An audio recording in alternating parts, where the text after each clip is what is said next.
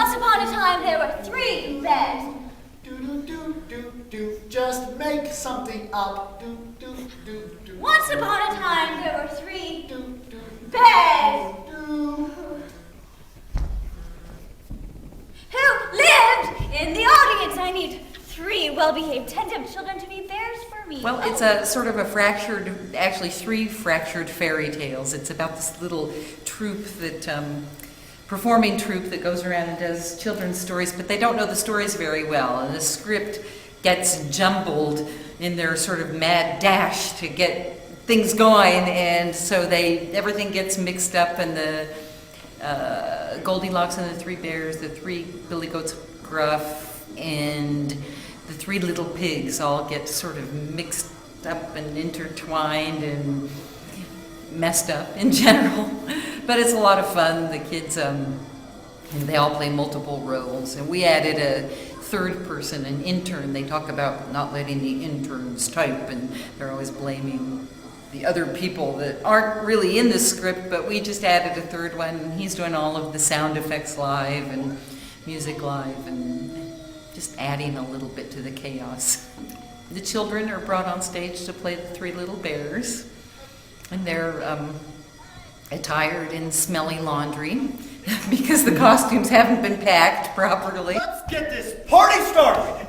Ladies and gentlemen, boys and girls, we are proud to show you the most amazing thing you've seen since... You woke up this morning. Yeah! We are here to present a fabulous, splendiferous, magnificent, glorious presentation of, drumroll please, classic fairy tales! Yes, folks, we plan to show you not 1, not 2, but 3 beloved fairy tales in our brief time together. Children's theater, adults performing for children. Why is that important for a part of our actors training here? Because that's where a lot of jobs are, for one thing. There's, functioning children's theaters in almost every medium-sized city, and larger cities usually have 2 or 3. I think Kansas City has at least 2 I know of. So that's very well where they may end up finding work. It's also good for kids. It's good for kids to do theater that they participate in and do themselves, but it's good for them to see, someone who's been trained and kind of get a sense of what it is at a little bit of a higher caliber. It's just fun. It's a part of keeping the art alive is doing it for children and with children. And there was one pig so big and bad and nasty that no one dared cross his bridge for fear he would jump out and snort them to death. His slop was legendary, and his name was Grumble Dump. Oink, oink, oink. I love trash. Are children as an audience different than adults as an audience? I've only directed 1 children's show before. I've been in a lot of, the audience at a lot of children's shows, and they certainly are different. They participate whether you want them to or not.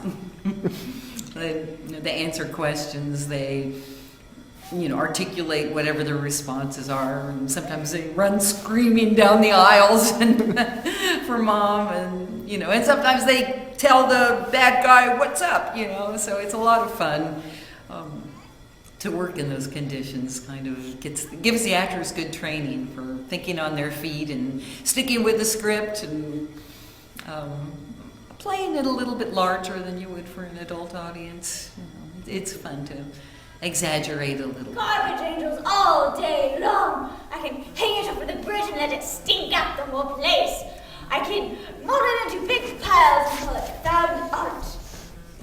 Get down. Oh. I'll be filthy, stinking rich. Or maybe just filthy and stinking. Ha! It would be Saturday, 10:30 and 1:30 in this theater here, in the University Theater. And it's $3 a ticket. And live happily ever after.